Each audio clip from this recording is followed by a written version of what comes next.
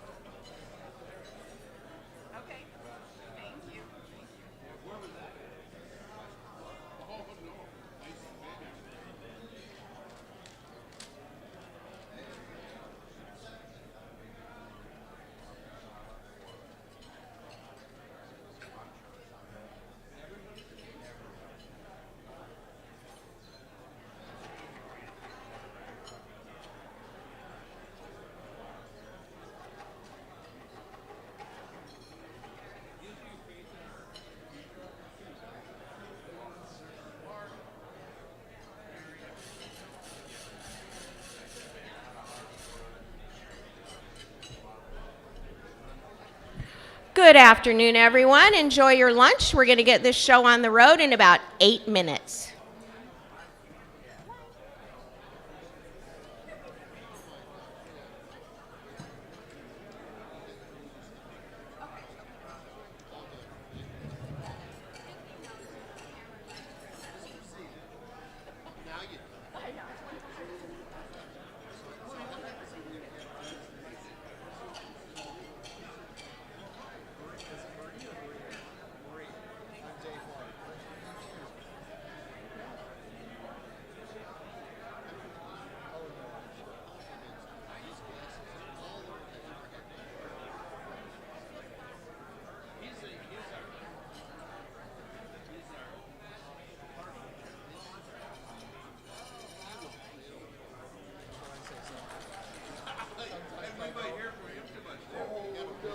Bobby Larson. Bobby Larson needs raffle tickets. Come on back, Bobby Larson, and get some raffle tickets. Nice to meet you. Yes'm. I did. I moved it. Oh, you did? You have an extra key. I do. We were trying to figure that out. It's like that one day it was like, oh, well, if you can come. Okay. And like. I am going to trust you with this extra key. Then I don't have to worry If we about. lose it, it costs us about $500. No. You're a responsible young lady. Hey, happy belated birthday. Thank you. Did you move it? Like, did you just kind of? Because I saw all I those thought fans. And I saw everybody walking in down that sidewalk, so I just moved it over next to the sidewalk. I wasn't sure because I got here kind of early, so I was like, and then I Yeah. saw all those guys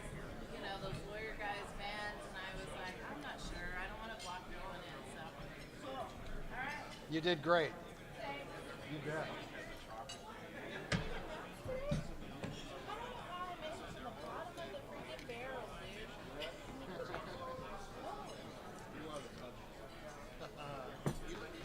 I do. Look at that. Nice. High carb diet. Wow.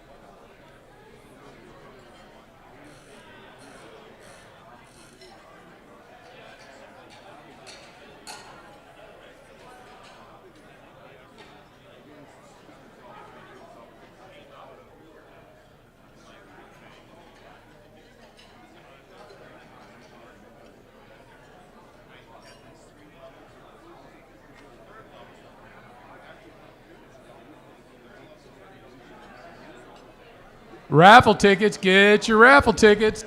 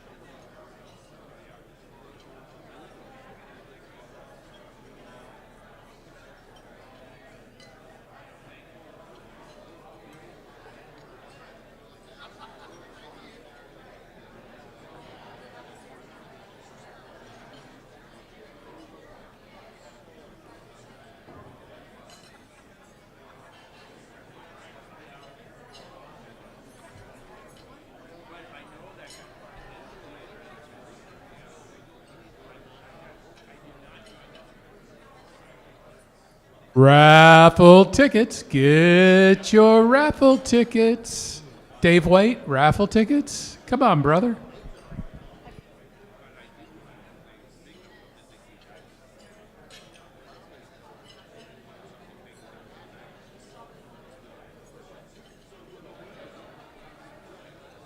Adam, good to see you, buddy.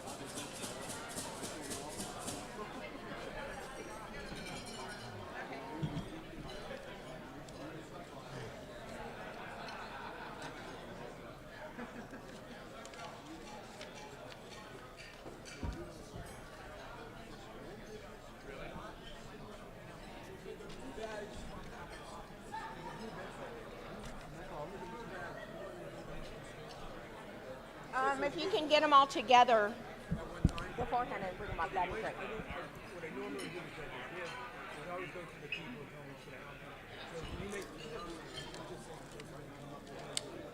Right before? Okay, I'll do it right before. There's 4, yeah. Yeah, really. That's a great idea. Talk with Alan and Jonathan. All right, there's that, there's that, there's this. All right.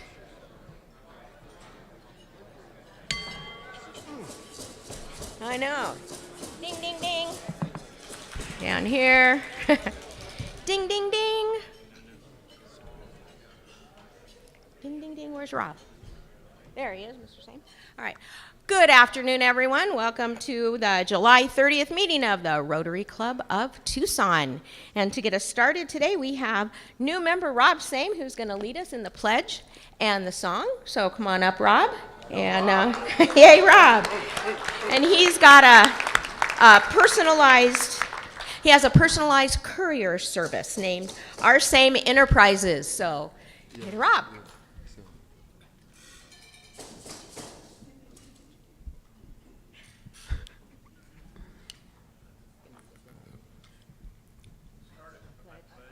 I pledge Allegiance to the flag of the United States of America and to the republic for which it stands, one nation, under God, indivisible, with liberty and justice for all.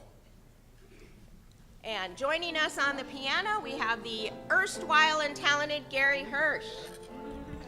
Flag, you're a high flying flag, and forever in peace we reign.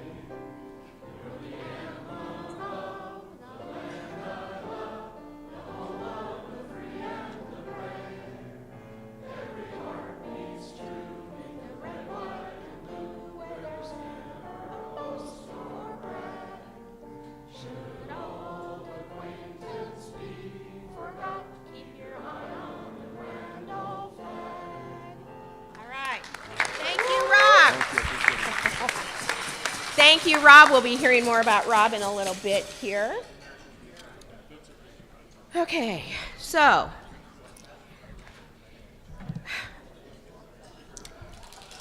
this is my meeting number 4 and meeting number 3 where we have to start with a moment of silence. So if I can indulge you here, we got a couple things to catch you up on. John Strobeck's wife, Tamara, informed us that John's going to be home for a couple weeks from rehab, and then he's going to assisted living in Nevada to be near his son. His health is deteriorating rapidly, so cards are going around, and if you know John, please write him a nice note, and if you want to stay in touch, Dorina has contact information. DJ John, thank you. John Strobeck is DJ, better known as DJ John. Okay. Number 2 of the moment of thought, Monty Clausen. Monty's been in the rehab center for nearly 2 months following a foot infection that he incurred while he was on a fishing trip in Mexico. And this past weekend, he was moved to the Inspiration of River Center, and he's in room 47. He might be there for up to 2 months, and cards are going around for him as well. So also, if you know Monty and want to reach out to him, we have contact information as well. Okay, and thirdly, update from Don Rawlings. He is still in Michigan with family. He'll be there another couple of weeks. And when he gets back, we will surround him with our love and support, and we'll come up with a memorial for Nan. So for all those 3, please join me in a moment of silence.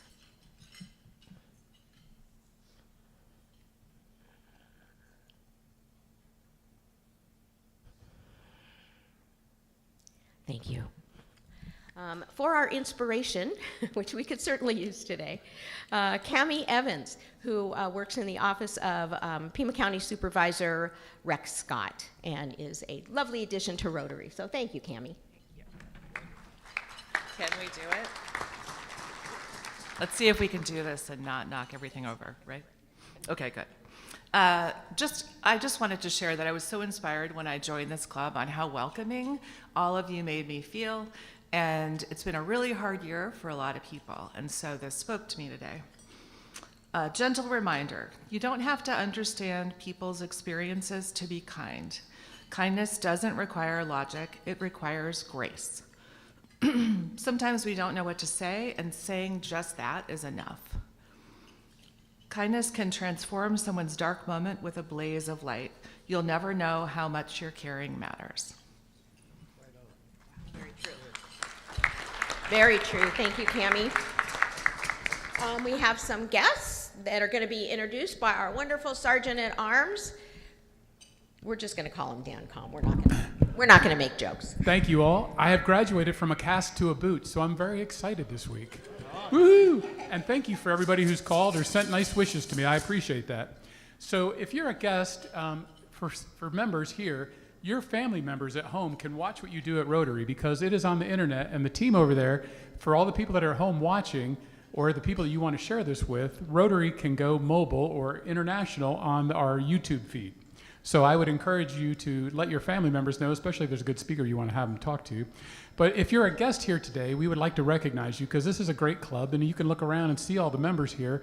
And I would encourage you, if you're looking for a place to plug in or a place to be a member and give back, that this would be a great club for you to join.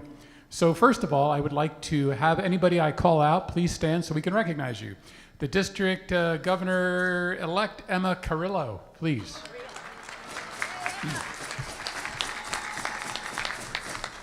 And guest of Larry Adamson, Kelly Huber. Kelly? Hi, Kelly. Guest of Rick Rose. Rick, we're glad to see you in the house. John Wilson. Hi, And guest of Bruce Ayers, Percy Brian. Brian. Hi, Percy. Welcome, welcome, and thank you for coming to our meeting today. And as Dan said, we are currently filming live. Camera's right back there. And so our virtual viewers of the day, it's actually instead of 2 V's, it's 3 because there are virtual vacationing viewers. Yeah. So on the count of 3, we're going to look at the camera and we're going to wave and we're going to say hi to Joe and Mickey Pennington. 1, 2, 3. Hey, Joe. Hey, Mickey.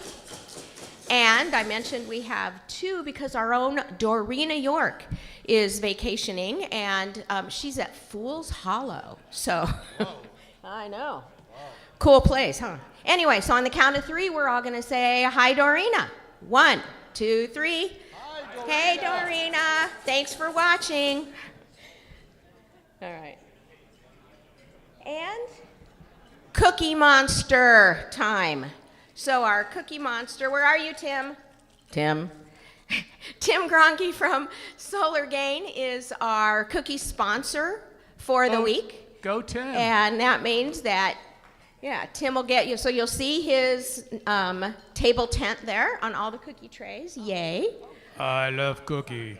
I know. He gets the official Rotary bag with which he's going to fill with all the leftover cookies. So make sure you eat what you want and leave the rest because Tim gets it. So there's that. Eat up, please. And these beautiful one-of-a-kind Cookie Monster badges.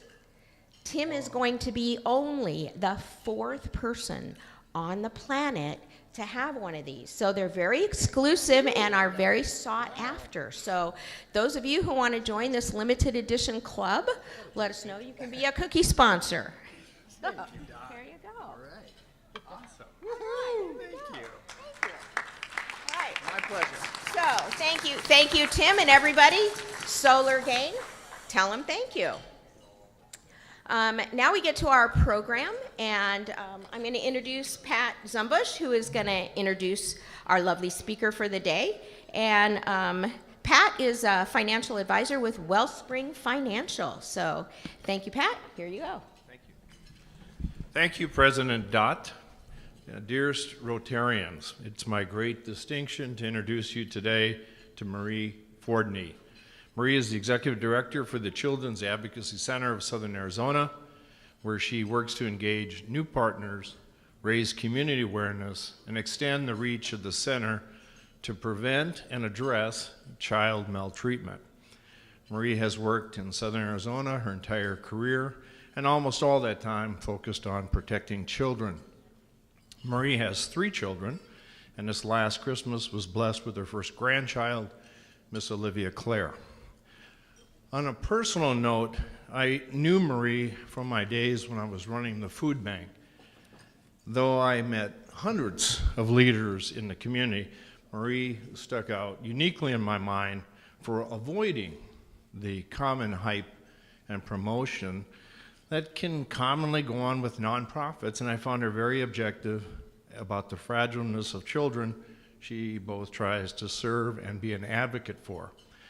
I am sure you will find her knowledge high and her objectivity sound as she addresses this extremely important subject of children at risk in our society.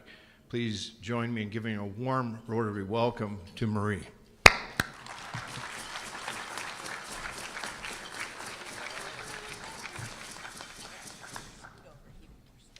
Wow, overwhelming. Thank you. So before I start talking actually about the Children's Advocacy Center and child abuse in the community, I'll acknowledge it is hard to have that conversation, but it's important because it is happening every day. And on a personal note, I have a soft spot in my heart for the Rotary because my husband's grandmother was struck with polio when my mother-in-law was only 2 years old.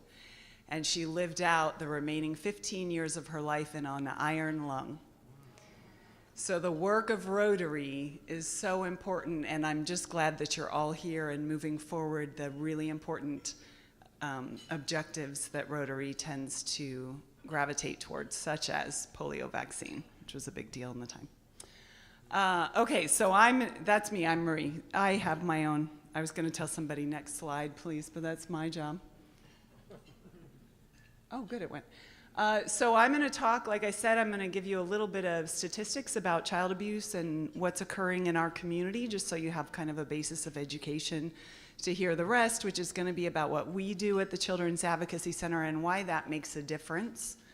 And then I'm going to ask you to lace up your shoes and do something for me.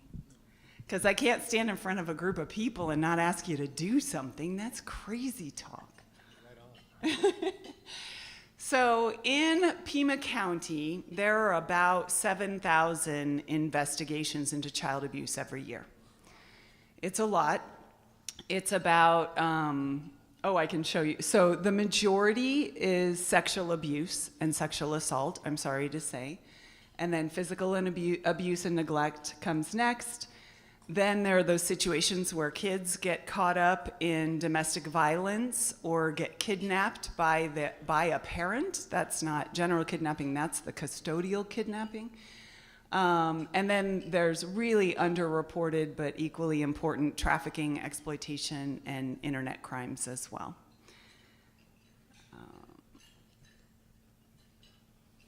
Good. What happens then is that adults who were abused as children suffer really important long-term consequences. There was a whole study called the Adverse Childhood Experiences Study that found links from these traumatic experiences in childhood to lifelong consequences. And I'm gonna read some of these statistics. I apologize for referring to my notes, but they're unbelievable, and so I have a hard time holding them in my head. People who've experienced child abuse have a 4 to 12 times more risk, greater risk for alcoholism, drug abuse, depression, and suicide attempt, 12 times. They have 2 to 4 times more, greater risk, greater incidence of smoking, poor physical health, and 50 or more sexual partners leading to STDs. 2 to 4 times. And they're 1.5 times more likely to be morbidly obese, not just obese, but morbidly obese, to the point. So child abuse impacts kids throughout their whole life. And I'm gonna talk later about what we do and how we can help, why we work so, I'm sorry, all my words. You guys are intimidating. So, you're not, I'm okay. What's that?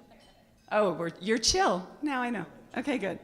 So what we are at the Children's Advocacy Center really is a safe place for kids who are involved in an investigation. So we provide compassion and healing. We help guide the initial stages of the investigation so that the kids and their families get what they need to heal. And I'll tell you exactly what that looks like in a minute. I'm going to give you an example. And we work with our partners to hold abusers accountable. So I mentioned that there are about 7,000, did I go too far? There we go. There are about 7,000 investigations in a year. We only see about 1,000 of those kids plus their family members. So in 2024, in all of 2024, we served 1,645 kids and caregivers. We provided 864 forensic interviews, 166 forensic exams, and we provided these families 545 safety plans. A little bit more information just so you get an idea of the color of child abuse in our community. 66% of our clients are under the age of 13. These are little kids. 70% are girls. And even though in the Tucson area our poverty rate tends to be maybe around 30%, give or take, depending on the year, 45% of the families we serve are living in poverty, some of that caused by the abuse, and I'll tell you more about that in a minute. Also in 2024, it's interesting to know we served 361 people with disabilities because they're at much greater risk. They're less able to advocate for themselves. So what do? I'm getting there. I promise you're gonna understand what we do by the end, but not right now.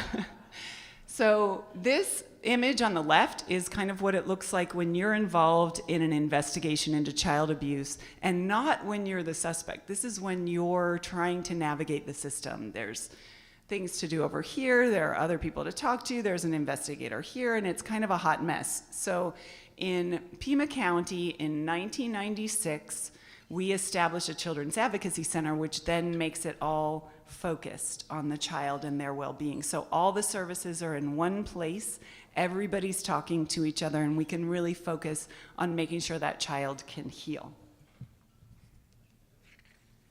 And it has a positive effect. We talked about some of those long-term consequences. You can help some of those because 85% of the kids that go to a Children's Advocacy Center will get the medical care they need, only 36% if they don't go to a Children's Advocacy Center. 75% of them will get the counseling they need, whereas if you don't go to a Children's Advocacy Center, only 11% of those kids get counseling. So now I'm going to tell you how it works. The easiest way is to give you an example. So I'm going to tell you about one of the kiddos we met recently named Bella. She's 12 years old. Bella is not her real name, just so you know. She's 12 years old, and she was brought to us by law enforcement and DCS, which is CPS, for her interview and exam because her stepdad was molesting her. So she started with an interview and a medical exam, which is evidence collection, and it's so important that we're involved at that stage because we can collect that evidence in a way that's trauma-informed. Because we have a Children's Advocacy Center, Bella didn't have to tell her story to a person with a gun and a badge. And she didn't have to go to an emergency room. She got her care from our incredibly specialized team at our warm, child-friendly center. Here's an idea. A teddy bear is involved in exams at our center. I bet they don't do that at the emergency room. The idea is that if we can intervene in a way that's trauma-informed, then Bella is less likely to suffer those long-term consequences to her mental health, her risk behavior, and her physical health. And so we've been doing this for 28 years, and we've learned that families need wraparound services to heal, not just what we can provide in the very moment. So while Bella was getting her interview and exam, our advocate was working with Bella's mom, who was having all her own emotions. She was guilty, she felt ashamed, and we learned that she was also being abused. There was domestic violence in that home as well. And so Bella's mom was suddenly hit this moment while we're watching all of these emotions play out on her face. She hits this moment of panic because she's going to have to pay all the bills. And that's where that abuse causes poverty. All of a sudden, Bella's family, in addition to handling all of this emotional stuff, is also dealing with a serious financial situation. So we gave them a gas card, a grocery store gift card, some clothes, things we can hand them right there and then that we have. And then we connect the families to long-term support, like the food bank, for example. Help getting a job. I think you're that, Dot, correct? And all the supports they're going to need in the long term, because our goal is for them to be independent and to feel empowered. And then the families, we just stay on the journey with these families as they're healing. So Bella's mom joined our parent support group. She took some parenting classes because parenting a child who's experienced this level of trauma is very different and that you need extra skills. And Bella joined our Voices Council. They became very engaged. And all the families stay in touch also with their advocate for as long as they need. We've had families call us 3 years later needing something. And of course, we're here for you because that's what we do. Sorry, I'm going to get emotional. So, whoops, I went too far. So, long story short, let me tell you what happened with Bella, that her stepdad was arrested. He confessed. Our interviewer and our nurse both testified at trial, and he went to prison. Amazing. Yes, you can clap if you want. But to me, it's almost more important to be able to tell you that a couple weeks later, when Bella's mom called to check in, we learned that Bella was sleeping through the night again without nightmares. She was eating again, and she was laughing more than she ever had before, and just blossoming. You know, that family was truly healing. And I get emotional because the kids are just so resilient, and it's the most amazing experience. I get that I'm crying, and it makes it seem like this work is really heavy and sad, but I'm crying because it's so inspiring. We get to watch these kids melt from little balls of stress back into kids right in front of us. After their interview and exam, they ask for Takis, always, or hot Cheetos, and they try to beat you at Connect 4. And that's when you know, oh, good, they're a kid again. You know, they're no longer in that dangerous place, and we were able to make that difference. It's really inspiring, and you should just all come for a tour and see what it's like and see how actually happy it is, even though I always cry when I talk about how amazing these kids are. Whoops, I went too far. So, something unique about our Children's Advocacy Center, actually other Children's Advocacy Centers across the country don't even do it to this level, that we have 50% of our staff and our resources are dedicated to prevention, because you can hear and see that I care about these kids, and I wish that they didn't have to come to us. And so we have prevention programs. You really can prevent abuse. For many families, what they need are concrete supports. They need social connections so that when they're angry, they'd have somebody to call instead of taking it out on the kids. There are a lot of things you can do that would actually keep kids from getting abused in the first place. There are also, we have programs that help parents recognize signs of abuse or of grooming. Somebody's preparing their child to abuse them. We have programs that help them recognize that. And then we have some early intervention programs, because if teachers and medical professionals know that they're seeing signs that someone might be being abused, they can catch it hopefully before it gets to the criminal level, before it gets to us. Because there are all those 7,000 investigations, we only have to be engaged in those most intense criminal cases. So it would be great for me if we didn't ever have to see those kids. That would be amazing. And some of those programs are open to the public, so I've left some materials on your tables so that if you feel moved, of course we have a donation page, but there are also a lot of programs that are open to the public. We have a book club, the parenting classes. If you know someone who's raising other people's children or raising a child who's experienced trauma, I encourage you to connect them with us. We have families tell us all the time that it was all the difference for them, that it has made a world of difference, that their teenager is a different beast now. And teenagers are already beasts, so I can't even imagine. Okay, so now, ready? You got your shoelaces tied up, you're ready to do something really, really hard that I'm going to ask you to do. Go golfing. No, we do. I'm going to gloss over this one because I don't want to be asking you for money during this talk. It's much more important to me that you understand what we do and how people can connect with us to get support. But we do have a golf tournament in September.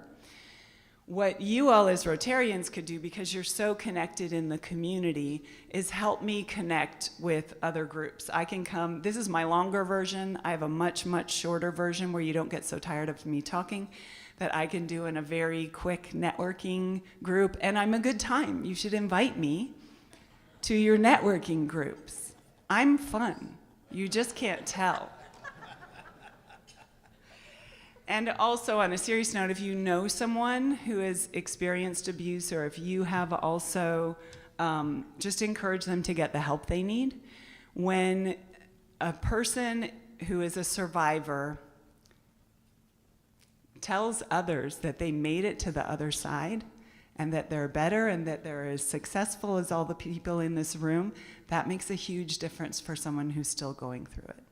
So it's important for us to be able to remove the stigma and say, you know what, yeah, I survived this, and I'm okay, and you can be okay too.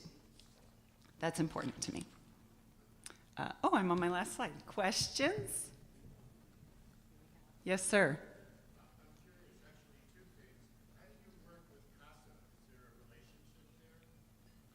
Oh, I thought you were going to give me both questions. So how do we work with CASA? You mean Casa de los Niños, I assume?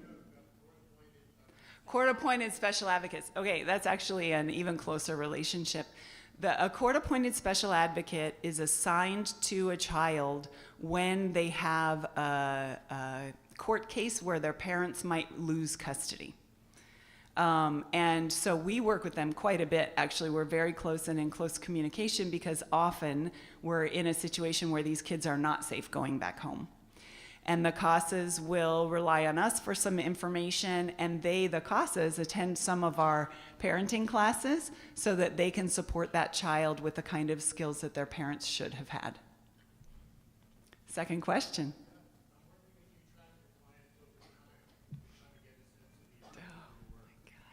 That's the dream, right? So his second question was whether we track our clients over time to see what a difference it made.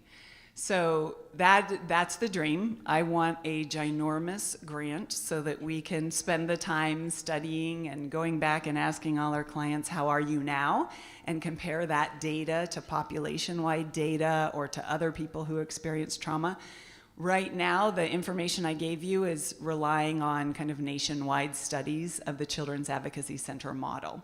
So we're not able to really go long-term. What we get is anecdotal. We get the parents telling us, my teenager is a different beast, or Bella is laughing more than she ever did before, or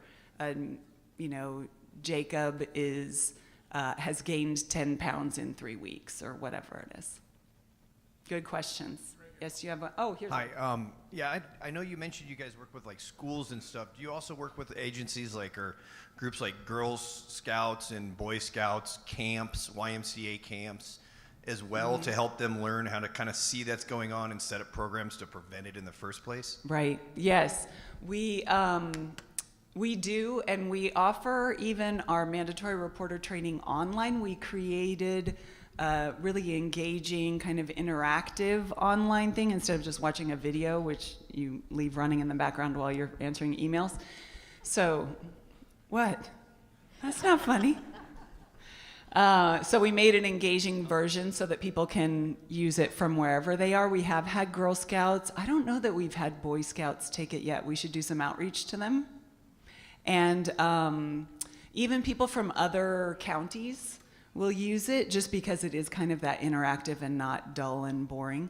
And then we also have a trainer who goes out to she'll go to schools, she goes to a lot of healthcare organizations, like El Rio has gotten it. There's this place called Carbon Health that we've gone to, and she does a live in person, which is always better because you can answer questions and stuff like that. And she also does a lot of good trainings about trauma in general. Another one? Yeah. And then there's a question up here. Scott Tilley with Track Ranch. Pre-COVID, we did a lot of work with you guys. I wonder how we could reconnect again. Let's talk. As soon as you said Track Ranch, I was like, let's talk. Yeah. All right. Let's do it. Hugh has a question. What do you think is the unreported child abuse? Oh, wow. So estimates really, what the best guess we can make is that it's between 4 and 10 out of 100 kids are being abused at any one time. So that's obviously way more than 7,000 in Pima County, which has a total population of 1 million. Right? What do we probably have? At least 300,000 kids. How many of the fathers or abusers have a consequence? And how often is there a consequence is the second question. So, we sometimes have to work with those families. The family that's with us is the non-offending caregiver. And sometimes we have to have a follow-up conversation with them even while they're still at the center if they learn that there's not going to be an arrest or prosecution, if there's just not enough evidence. Because of course you wouldn't want to prosecute someone if you weren't sure. But it's less than you would hope. I would guess there's prosecution maybe as much as 20% of the time. It's really low. And so you have to think of justice in a different way. We have to help the families focus on healing, and then of course think about safety planning. That's those 545 safety plans that we made. Those were for the families that weren't gonna automatically be safe because of an arrest. They had to think of, okay, where are we gonna go? How are we gonna get temporary custody? How are we gonna keep this person away from the child? It's unfortunate that it's not prosecuted at the level that really it should be. Last question, Rick. Oh, sorry. Hi. I was just curious as to have the recent government cutbacks in grants and whatnot affected the organization? Thank you for asking that question. All nonprofits are really worried right now. We're no exception. We're a $2 million a year organization, and about a quarter of that money is federal, either directly from federal or the funds that pay us from the state and the city and the county originate as federal funding. So about $500,000 of our budget is federal. I just had a conversation yesterday, and I might get a phone call tomorrow cutting off $250,000, just like that. So yeah, it's a concern, and we're trying to tell people about who we are. If you are moved and can give, of course, that's welcome. And if you can advocate for nonprofits, that I firmly believe a rising tide lifts us all. So wherever you give, please give generously right now. We all need it. Thank you.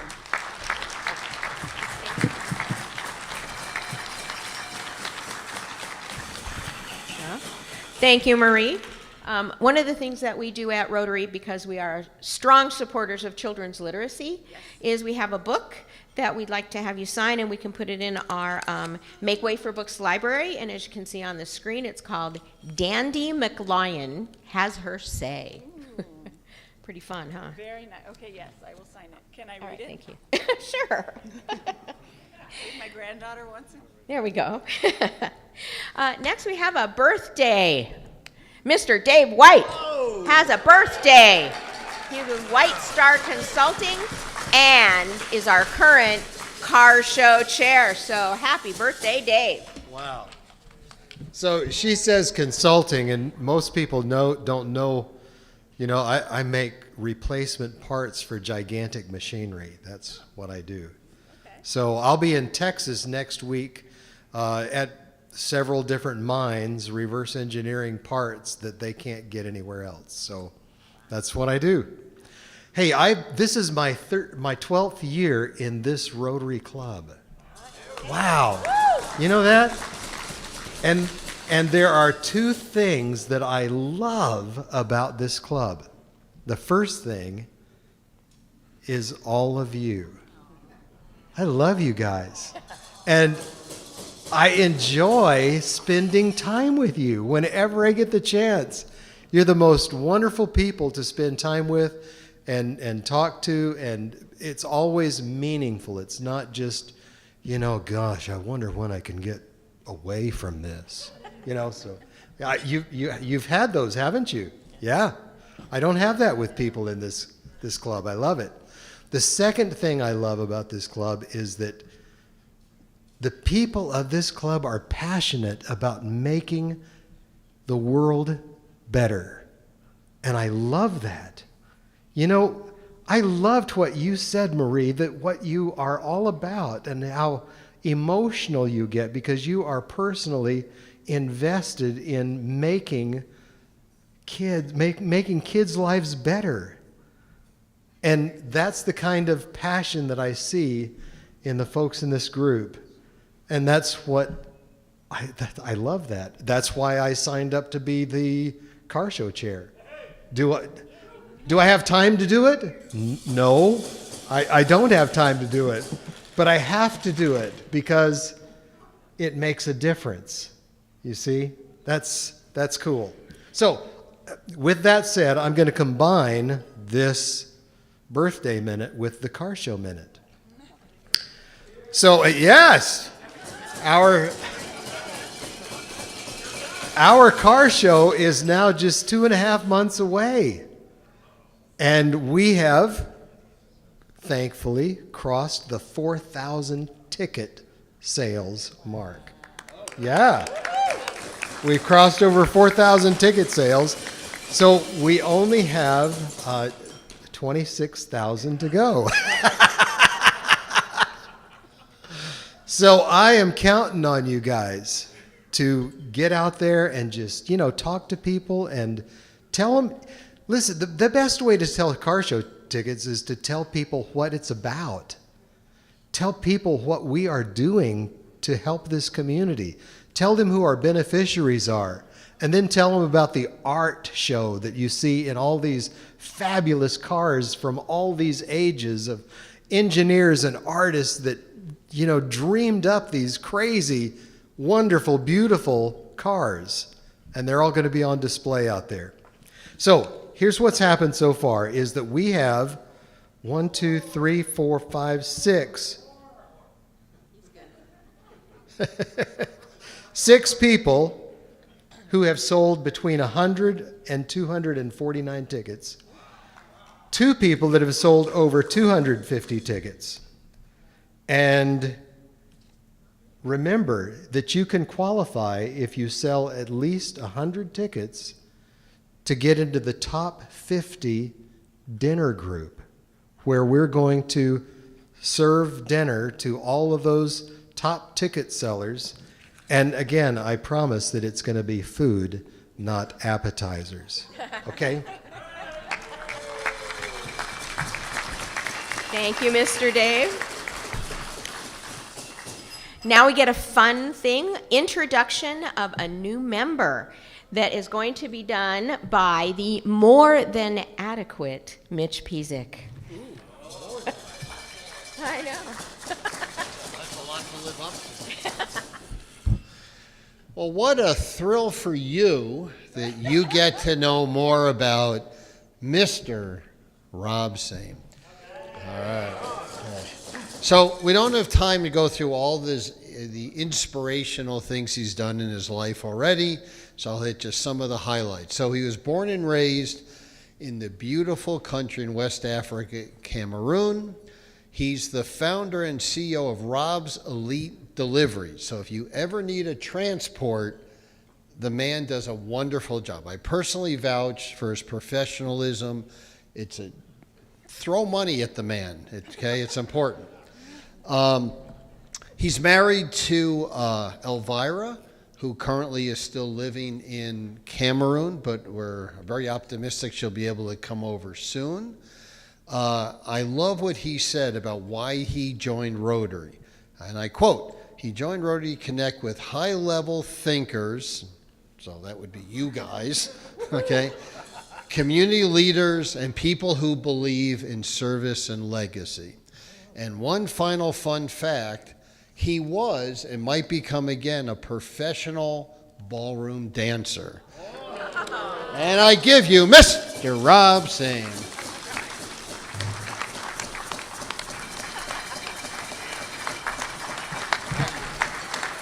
Come over here, Mitch. Oh, you want to talk first? Come. All right. Oh, you want to do a picture first? Okay. You're in the middle. Okay, here we go.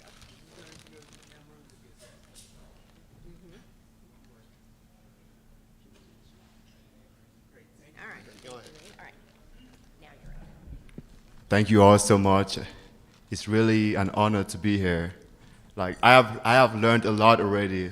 Listen, never sit too close to the guys who have the best stories. Okay. Thank you so much. I look forward to growing with the club. Thank you.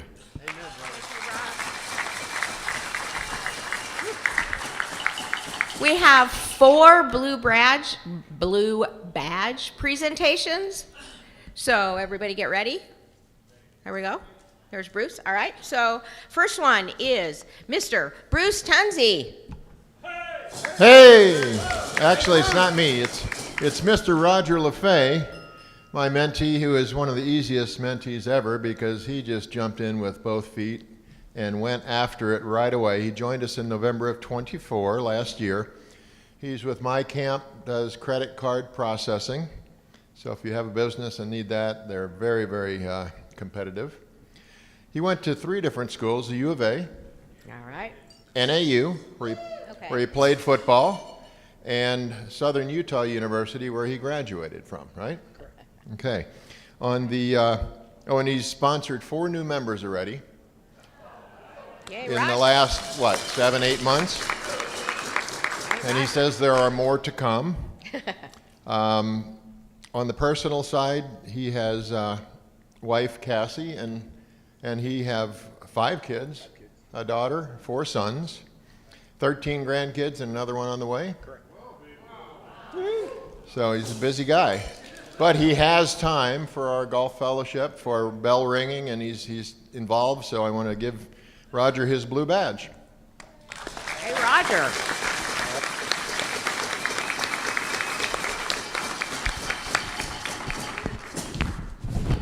Next, we have Rick Rose. Welcome back to the group.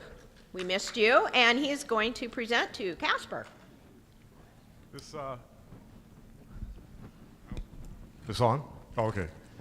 This is Casper Cavaras. In addition to being a new member, he has made a record pass at getting all the accomplishments done to get his blue badge.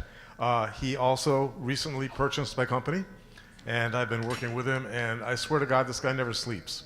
He is the hardest working guy in show business, and so far he's really stepped up to the club. We're going to be working obviously with the car show, helping with the marketing, and he's just an all-around good guy. I hope you get to meet him, and my pleasure to give him his blue badge. Hey, thank you, Rick, and thank you, Casper. And let's see, where's Cliffy? Mr. Cliff Bowman is next, and he's going to present to Kevin. Well, yeah, I'm trying to run away. Despite having me as a mentor, Kevin Barker here managed to make it through the Blue Badge program, thankfully. He comes to us via the Rotary Club of Clearwater in Florida. He is the VP of Employee Health and Benefits with Levitt and Touche, part of the Marsh McLennan Agency. So I had to write all that down because that's a long one. He grew up in Hilton Head, South Carolina, and is a Rotary family, as his father was a past president of the Hilton Head Rotary Club. He also played football in college, went to Syracuse. According to my internet research, and of course that has to be 100% correct, he played in 30 games as a tight end for the Syracuse Orange men back then, and he has 5 total receptions, 2 for touchdown. So the TD to reception ratio is pretty high, but I think that's like maybe 2 more receptions than Ricky Hundley had in his entire career. But that's all right. because one of those 30 victories was 28-0 over the University of Arizona in the 1990 Aloha Bowl.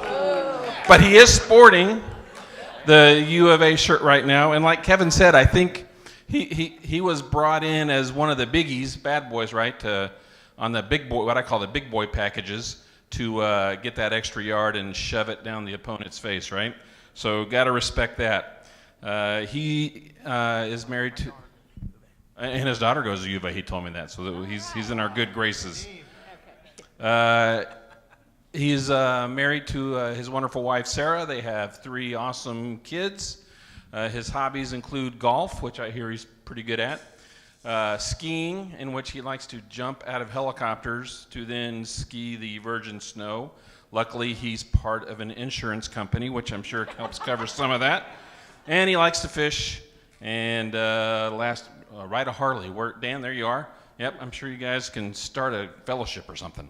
All right, anyway, congratulations, Kevin, on your blue badge.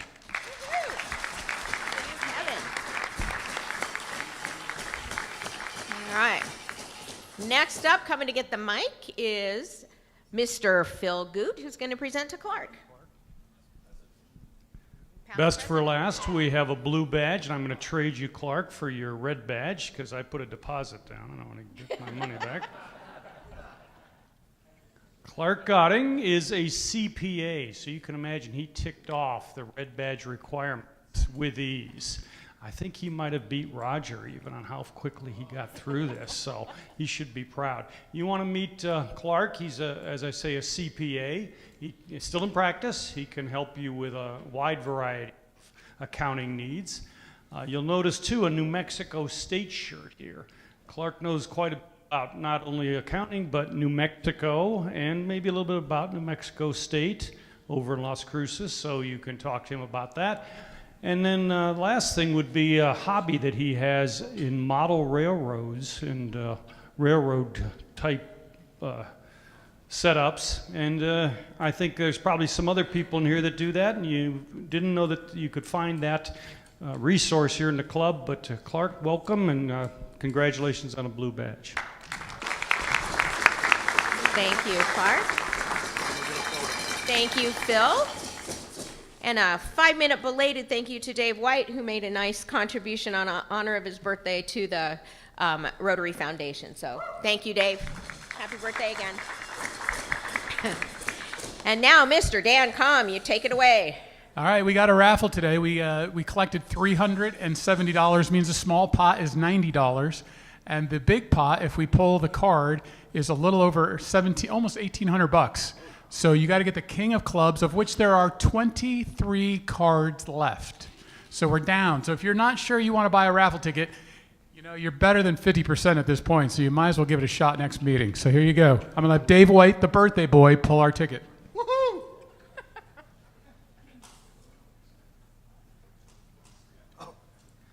There you go. Okay, if you don't win, it's all Dave's fault. You can give him spankings for his birthday. 263. Yes. 263. 8. Yeah. 90. 263 890. Hey! Look at that. He helped me give away the car last year at the car show, so of course he's got to win today.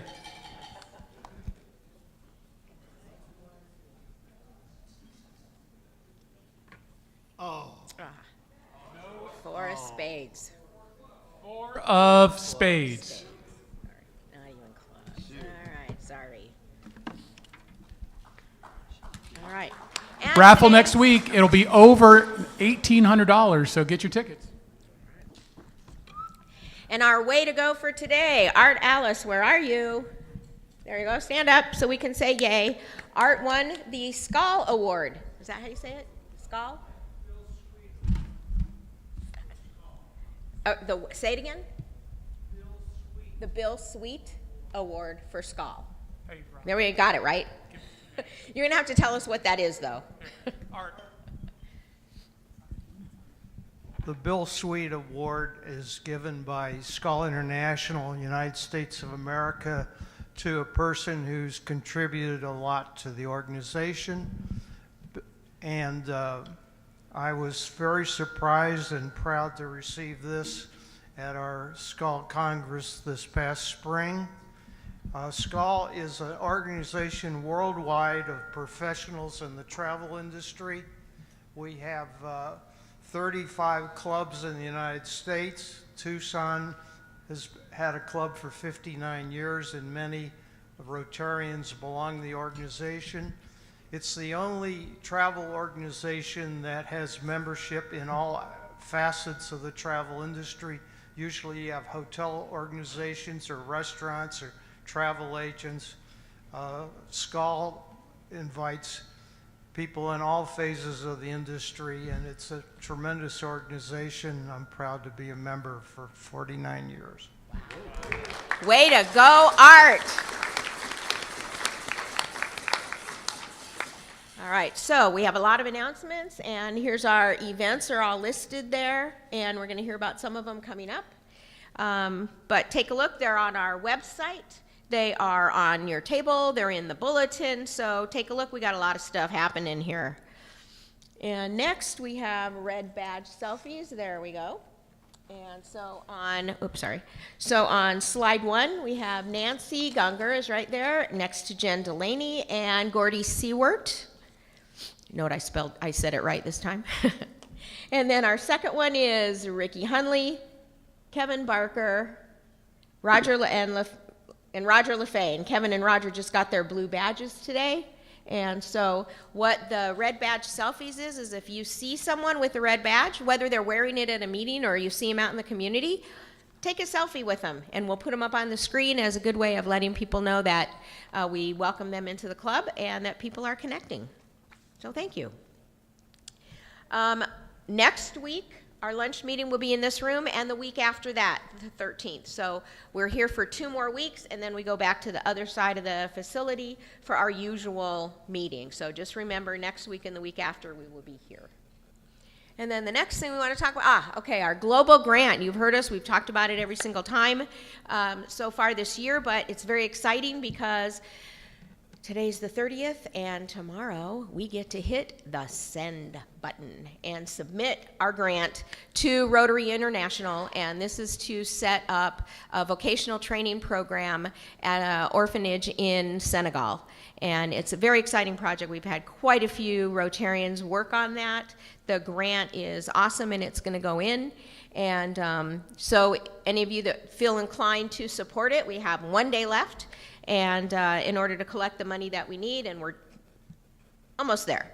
So, and then also there's a group who want to go visit Senegal, to visit the country and also look at the school where we're going to be working with Elijah on.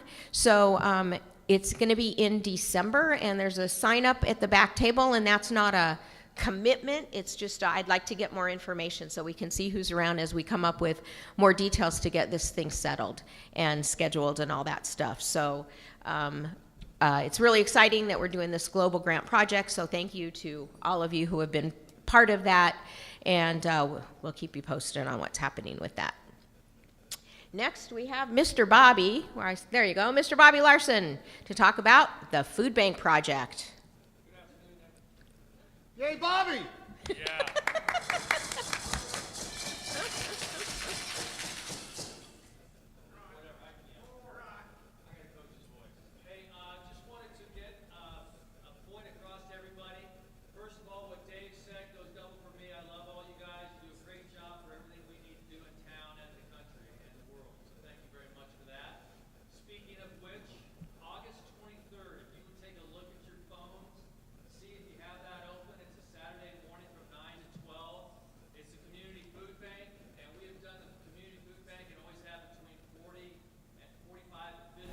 There.